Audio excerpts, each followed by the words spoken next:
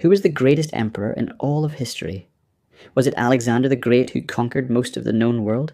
Or Napoleon, who shook Europe to its core? Maybe Akbar the Great, who ruled a diverse empire with wisdom and tolerance? Or Julius Caesar, who transformed Rome forever?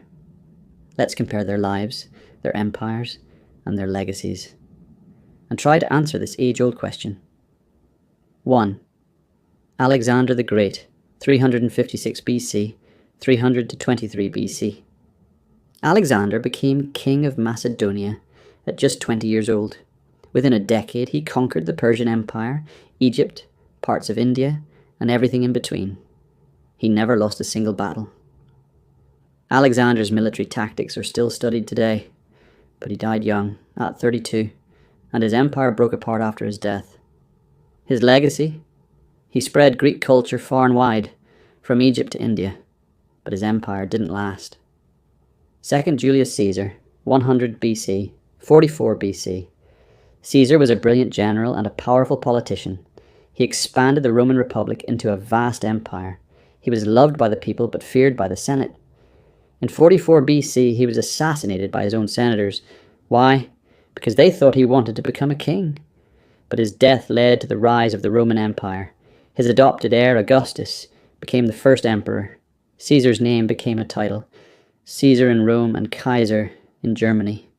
His legacy is massive. But was he really an emperor? Not officially. He was a dictator for life. 3rd Akbar the Great, 1542-1605. Akbar ruled the Mughal Empire in India. He came to power at just 13 years old and expanded the empire across most of the Indian subcontinent. But Akbar was not just a conqueror, he was a thinker. He ended the tax on non-Muslims, invited scholars of all religions to his court, and encouraged art and literature. His empire was wealthy, diverse, and well organized. He married Hindu princesses, supported temples, and created a new religion called Din-i-Ilahi to promote unity. Akbar's rule brought peace and stability to a land divided by religion and language. Many call him one of the most tolerant and visionary emperors in history. 4. Napoleon Bonaparte, 1769-1821. Napoleon rose from a small island to become Emperor of France.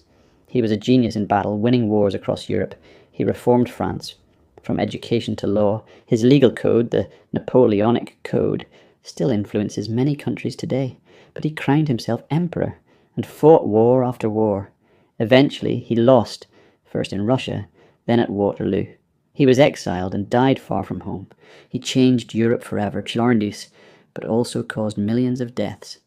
Was he a great emperor or a great destroyer? 5. Other great emperors, briefly.